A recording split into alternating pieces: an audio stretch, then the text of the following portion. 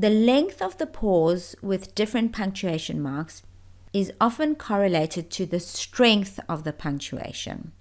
A comma is not a strong punctuation as only a small pause is required. A semicolon is a stronger punctuation mark than a comma and colon, but not as strong as a period or full stop. When one complete sentence follows another one without appropriate punctuation, a run-on sentence is the result. Remember that a sentence has a verb, a subject, and it expresses a complete thought. With a run-on sentence, the problem isn't that it doesn't express a complete thought.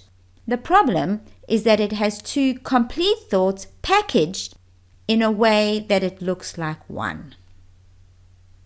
In some cases, writers use a comma between two complete sentences without knowing that a comma is not a strong enough punctuation mark. This causes two sentences to be spliced together. There are two punctuation marks that are strong enough to separate two complete sentences: a period or full stop and a semicolon. However, even though using a semicolon is a grammatically correct option, it's not the preferred option.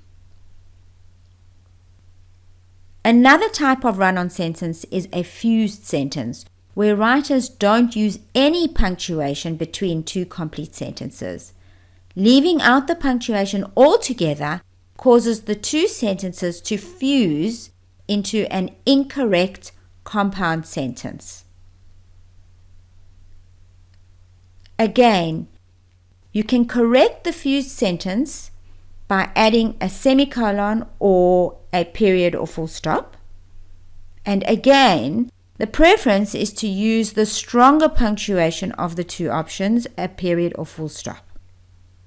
So when repairing run-on sentences, you can add a period or full stop, or you can add a semicolon to separate the two complete sentences.